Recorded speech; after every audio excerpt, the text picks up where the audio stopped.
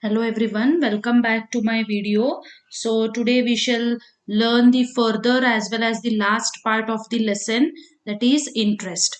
Okay, so first let us see what is the meaning of interest. In financial terms, it is a payment made for using money of another, that is borrower takes money from the lender. So in simple, interest का मतलब है it is the payment which is made for making use of the money or for using the money of another. So whenever borrower takes the money from the lender, he pays something in extra to the lender. That extra amount paid by the borrower to the lender is called as interest. So interest is the cost of renting the money for the borrower, and it is the income from lending the money from the lender. So interest is nothing but it is the cost for which the money has been rented by the lender. It is the amount which is paid by the borrower for borrowing the money from the lender. The following are the features of the interest. The first one is interest is the price paid for the productive services rendered by the capital. So interest is nothing but it is the price which is paid for getting the services rendered by the capital. It is directly related to risk. Higher the risk, higher is the interest. So interest as well as risk is having a direct relationship. If you want higher interest, then you should take higher risk, and if you are interested in lower interest, then always you have to go for lower risk. So it is directly related to the risk factor.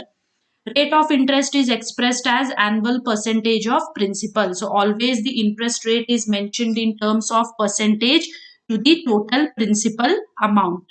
Rate of interest is determined by various factors like money supply, fiscal policy, volume of borrowings, rate of inflation, etc. So the following the factors which influence the rate of interest is, the first one is the money supply, like how the supply of money is there in the economy. Then the second one is fiscal policy. So fiscal policy is nothing but use of the government income, collection and expenditure to influence the country's economy. And then the third one is volume of borrowing. So what is the amount of borrowings, that is also one of the factor.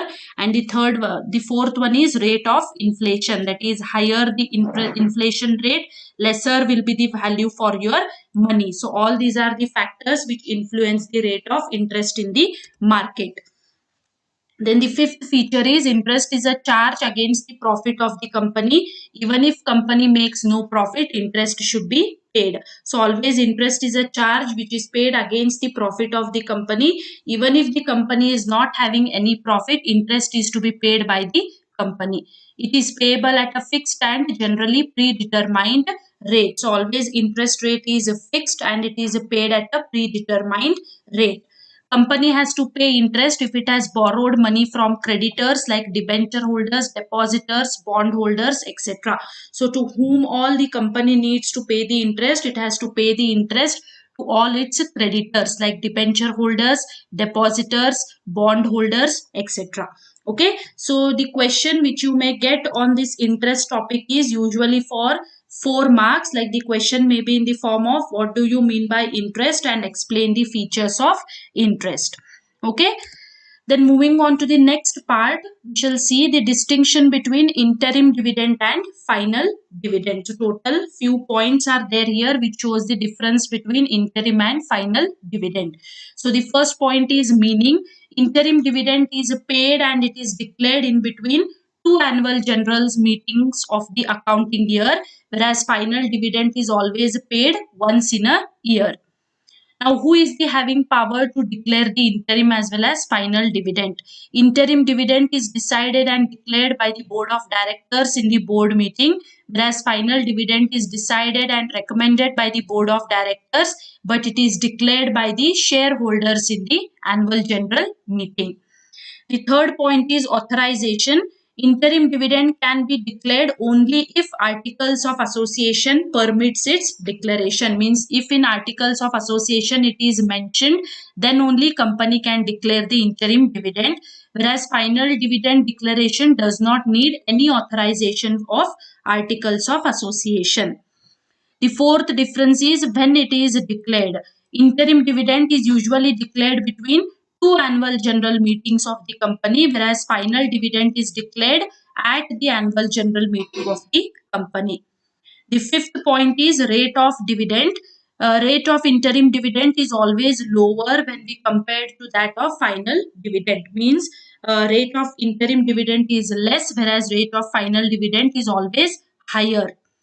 Then the next point is a source. Interim dividend is declared out of profits of the current accounting year. Means it can be paid only out of the current year's profit, whereas final dividend can be paid either from current year profits or from the free reserves or from the capital profit or from the money provided by the government for making the dividend payment.